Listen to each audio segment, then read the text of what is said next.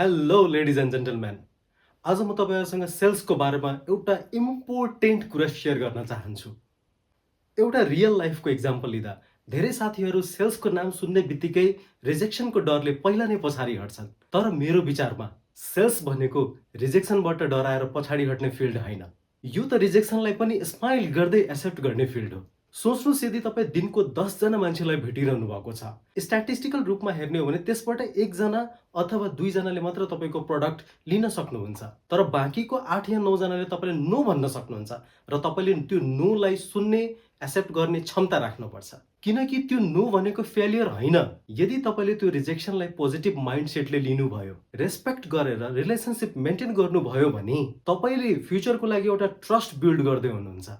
आजको आज प्रडक्ट नलिने कस्टमर हुन सक्छ भोलि त्यही कस्टमरले तपाईँको प्रडक्ट लिन सक्नुहुन्छ, अथवा उहाँले आफ्नो साथीभाइ, फ्यामिली, कलिग्स अथवा अरू कसैलाई रेकमेन्ड गरिदिन सक्नुहुन्छ तपाईँको प्रडक्ट। सो रिमेम्बर, सेल्समा every interaction is an investment.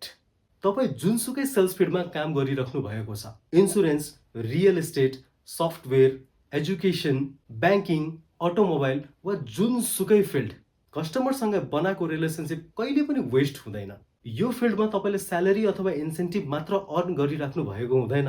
तपाईँले फ्युचरको लागि भ्यालुएबल नेटवर्क, ट्रस्ट र रिलेसनसिप कलेक्ट गर्दै हुनुहुन्छ।